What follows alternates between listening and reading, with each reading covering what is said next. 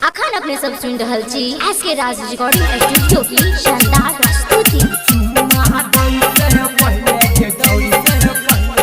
DJ विकास लीगा Sitamarhi singing by Govind Guraiya. मिल हो जाए चहलो भर से गोरे की ओढ़नी हटा हाली है।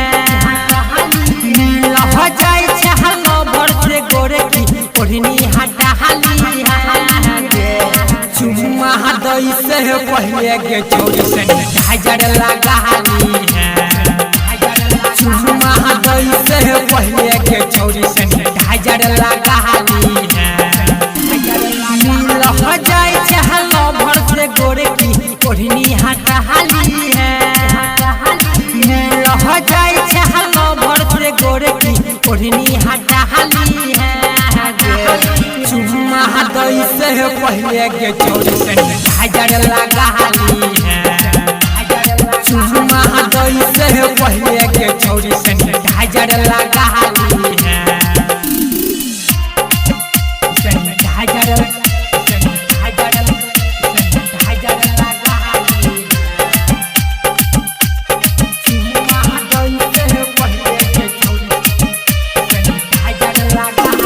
लगे तू बेसी न सटी है, दू गज के दूरी पड़ई है।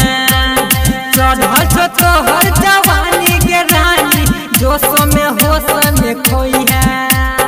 जोश में होश में खोई है। जोश में होश में खोई है। गे लगे तू बेसी न सटी है, दू गज के दूरी पड़ई है।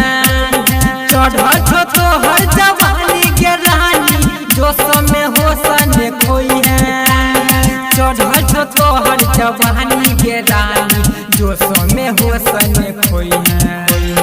लसर वाला काम के छोड़ी तू सब नहीं करी है। लसर वाला काम के छोड़ी तू सब नहीं करी है। गे चुम्मा दई से पहले के चोरी से हजार लगा हाली है। चुम्मा दई से पहले के चोरी से हजार लगा हाली है।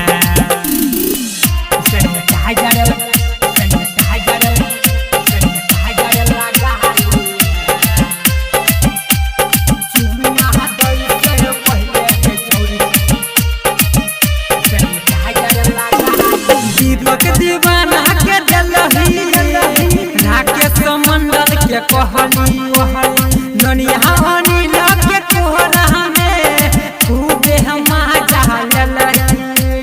खूबे हम जाललही। खूबे हम जाललही। दीपक दीवाना के दिलही राकेश मंडल के कहली, ननिया अनिल के कोहरा में खूबे हम जाललही।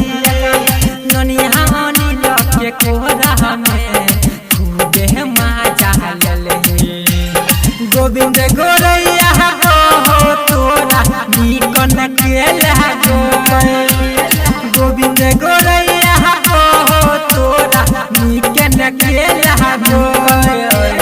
चुम्मा दई से पहले के चोरी से हजार लगा हाली है।